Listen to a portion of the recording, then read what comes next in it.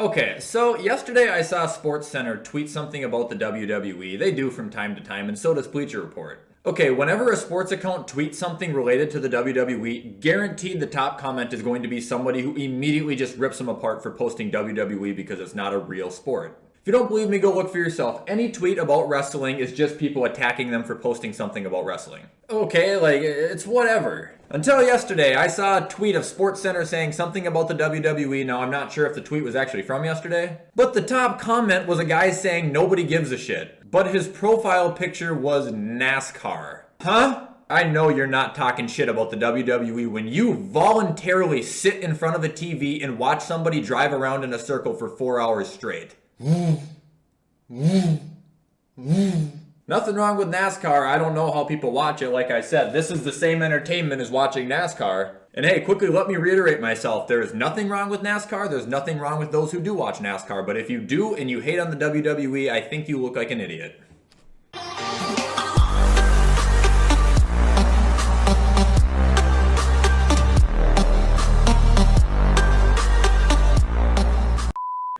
Alright, what is up guys, and welcome back to yet another video. Today's video has been inspired by something that you guys have actually requested a lot, and that is predicting each team's NFL record. Now, this might not be exactly how you guys thought I was going to do it, but I think it's going to be a very good way to do it. Basically, all I'm doing today is I have a tier list, and I'm going to be predicting the amount of wins I think each team is going to get. So yeah, in a way I am predicting their records, just in a very simplified form. And guys, just a quick reminder to always drink your morning vitamins. You can use code WyattzWorld on gfuel.com to save yourself a discount on any G Fuel products.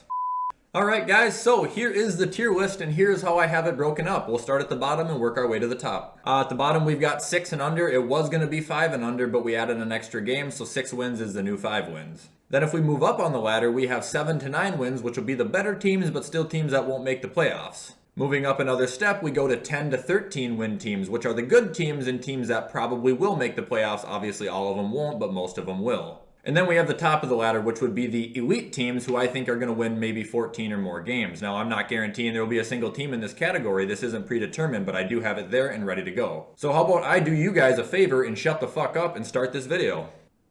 Alright, so first off, we got the Tennessee Titans. I'm going to put them in 10 to 13 wins. I don't see them getting more than 13 wins. Personally, I think they're only going to win about 12. But they're most certainly not going to win under 10. Their offense is still looking bright. Their defense definitely has some holes to fill. At the end of the day, Mike Vrabel's an excellent head coach, and I think no matter what after the draft, this team is still going to be in good shape. Up next, we got the Miami Dolphins. Guys, I'm not going to shit you. I'm going to go 7 to 9. Okay, the Dolphins are a good team. And they're getting better every year, but they're still not there. And yeah, they just added Will Fuller onto their offense, which is going to be great if he stays healthy, but there's still room for concern there. Tua's still clearly undeveloped, and at times their defense can just fall apart. I would maybe put Miami in the 10 to 13 win column if they weren't in the division that they are, but the fact that they have to play the Patriots twice this year and the Bills twice this year isn't going to make it any better for them. I'm not guaranteeing that the Bills are going to sweep the Dolphins by any mean, but Matt Barkley skinned them alive last year, so... Up next, we got the Jets. They're still going to be 6 and under. Zach Wilson's not going to make it any different than Sam Darnold did at least this year. I've stressed my thoughts and concerns on it. I understand the move they're making for Zach Wilson. There is nothing wrong with it at all. If you're asking me and my personal standpoint, I would have rolled with Sam Darnold and I would have drafted Sewell. New York fans, good luck this year. It's going to be rough, but hey, at least you got a bright future, maybe. Up next, we got the Cleveland Browns. That's a 10 to 13 win team easily. However, Baker Mayfield's getting an unbelievable amount of slander for no goddamn reason. I wish people would shut the fuck up about that. Now, obviously, Cleveland has its meltdown moments, but the one thing that's concerning to me, which they did do a lot better of a job at the end of the season, but at the start, their offense just refused to put up points certain games, and I don't understand why. It's like they just couldn't click. If I had to guess, Cleveland's going to win about 13 games this year. They could win more, I wouldn't be surprised, but they're definitely not going to win under 10 either.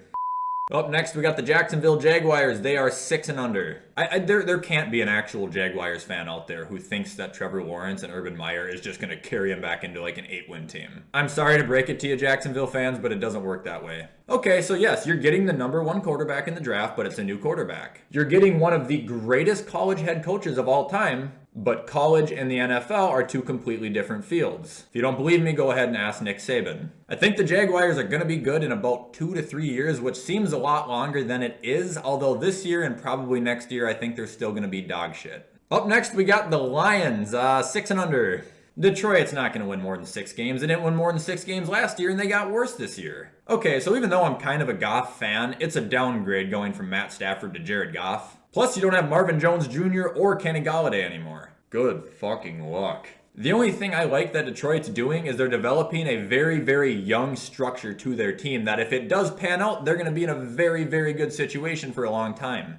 Up next, we got the Minnesota Vikings. They are going to be a lot better than everybody thinks they're going to be. I've said it before, and I'll say it again. The Minnesota Vikings went 7-9 last season with the following players either not on the team at the time or they were injured. Danielle Hunter, Michael Pierce, Eric Kendricks, Anthony Barr, and now Patrick Peterson. Anthony Barr, I think Minnesota needs to use a little bit more on the line, kind of like how Cleveland uses Myles Garrett. And Patrick Peterson can still play. If they could win 7 games without any of those guys last year, this year they're going to win a minimum of 11. Minnesota's offense is still great. It was their defense that was their big hole last year, and that hole is filled. Sleep on the Vikings all you want. I can guarantee you will have the rudest awakening of your life at the end of the season. All right, up next we got the Tampa Bay Buccaneers. I'm gonna give it to them. I think they'll win 14. Their roster is exactly the same besides Antonio Brown. They won 11 games last year, and they're in that same division with New Orleans, who is now in a bit of a renovation. There should be no digress here. The Tampa Bay Buccaneers should be just as good, if not better, than they were last year. Up next, we got the 49ers. Hate me all you want. They are not going to win more than 9 games this year. I think they're the worst team in that division. They currently don't know who their fucking quarterback is. And even though their defense has some excellent players, they're still in a little bit of a patch and fix situation. I do believe Kyle Shanahan's going to keep the team in contention, but I don't believe they're going to secure double-digit wins. Up next, we got the Falcons, the team that should be good every year, but never is. I'm going to go below 6. I think they only won 4 last year. I don't see them winning more than 6 this year. Matter of fact, I don't think they've had 10 wins in like 3 years, and Matt Ryan's only getting older. Julio Jones is only getting older. The defense is still in fucking shambles. Falcons may win 6 games. I don't think they'll win 7. Next up, we got the Baltimore Ravens. Ooh, they're going to win more than 10, but they're not going to win 13. I would say 11 or 12 wins for the Ravens. Defense is excellent. I like the coach. Their offense is a fucking issue. Okay, great. You guys signed Sammy Watkins. That's awesome. You have 2 Hollywood Browns now. What are you going to do with it when you can't even use 1? Plus, Sammy Watkins does the same thing every year. He goes off in week 1 or 2, and then he gets hurt for like 5 weeks in a row. Baltimore is going to be in the same position last year, if you're asking me, in a wild card spot fighting for a playoff game. Up next, we got the Washington football team. They'll win 10 games, maybe 11. I don't think they'll win more than that. I'm very curious to see what they do in the draft. I want to see what Ron Rivera's got in store with Ryan Fitzpatrick. They're going to be better than they were last year, but by no means are they going to win 14 games. Up next, we got the Chicago Bears. I honestly think I should put them in 6 and below, but I'm going to give them 7 to 9. Okay, Andy Dalton, yeah, that's not the best pickup in the world, but he's still a capable quarterback of putting up an okay game. Now, their defense has kind of fallen out of it, but it's still going to be enough to hold them up there for at least 7 wins. Dude, the Bears are a lot like the A's in my opinion. They're just good for like 3-year spurts, and then they suck for another 5. Up next, we got the Bengals. I still have them going 6 and under. However, Joe Burrow is my breakout player of the year. I think Joe Burrow is going to come back harder than Adrian Peterson did from an ACL tear. Now that I think about it, Joe Burrow did tear his ACL, and his MCL, and his PCL. I mean, the guy literally tripped over a fucking claymore. Now here's the deal with the Bengals. They draft Sewell, there's a chance they could win 7 games. Penei Sewell not only gives you protection for your quarterback, but it gives you protection for Joe Mixon, who is one of the most talented running backs in the fucking league. Don't be stupid, Cincinnati. Up next, we got Dallas. Okay, so I'm gonna, It's gonna be a race between Dallas and Washington. I think Dallas is a worse team than Washington. Any win that Dallas gets is gonna be in a fucking shootout. Their defense is terrible. Mike McCarthy is terrible. I'm gonna drop Dallas right here, winning exactly 9 games. I wouldn't be shocked if they won 10. But like I said, it's going to be a fucking shootout every single time they win because their defense can't hold anything. Up next, we got the Texans. Now, this is going to be a little bit weird because I'm going to have 2 teams from the same division going under 6 wins, but I don't see them or the Jaguars getting more than 6. Man, let me tell you something. The Titans and the Colts have it made. What a great time to be a fan. Nobody knows what's going on with the quarterback situation. I would assume as of this very moment, Tyrod Taylor is the quarterback. But I don't see the Texans winning any more than 5 games. Up next, speaking of the Colts, here they are, a 10 to 13 win team as well. I know I've said it and I'll say it again, Carson Wentz with Frank Reich I think is easy money. Colts have an unbelievable offensive line and their defense is still a brick wall. Not to mention if Marlon Mack stays healthy, they have two very, very, very good running backs. The Colts, I'm more than comfortable saying they're going to win 13 games. And yes, if you put fire against fire, I do think that they're better than the Titans.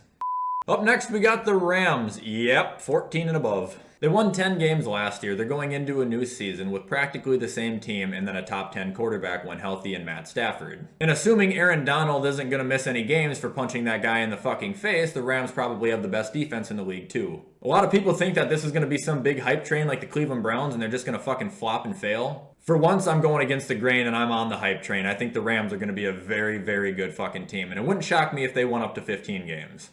Alright guys, I am interrupting the following video for another Wyatt's World G Fuel review. I'm sure you guys can tell, but I filmed these before the video starts so I can drink the G Fuel throughout the video. I am exhausted right now. But today we got FaZe Jev's Raging Gummy Fish. Huge shout out to FaZe Jev, best YouTuber out there, the most consistent YouTuber out there, never changed who he was. Alright, it's been a minute since I've had this flavor before, but it smells like a raspberry gummy kind of. 1, 2, oh, okay, it actually kind of does smell like a Swedish fish though. So I remember thinking this before, I wouldn't say Swedish fish, I would say more like a candy raspberry. I personally like it a lot because I love the candy flavor and it does specialize in that candy flavor. I just wouldn't say exactly Swedish fish though. I don't know, I'd give this one like a 7.9, I'm satisfied.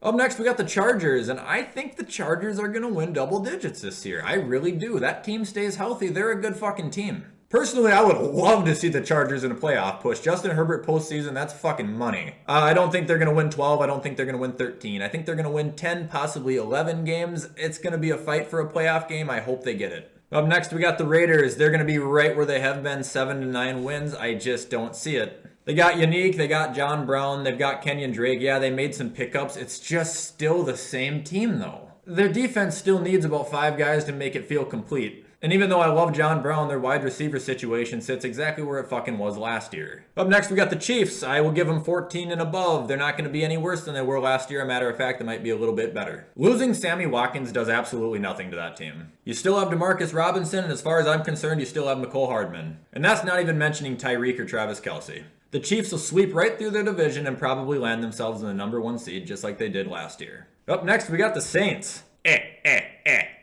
Fucking dog shit, 6 under. Kidding. They're still going to win 10 to 13. They're not going to win any more than that. They still have fucking Michael Thomas. Still have Kamara. Still have Sean Payton as their head coach. He's a great head coach. I'm not going to deny the facts. Ultimately, at this point, it's just deciding on who their quarterback is going to be, and I hope it's Jameis Winston. And yeah, their defense might have gotten a little bit worse too, but guys, as much as I want to say it, the Saints are not under 10 wins.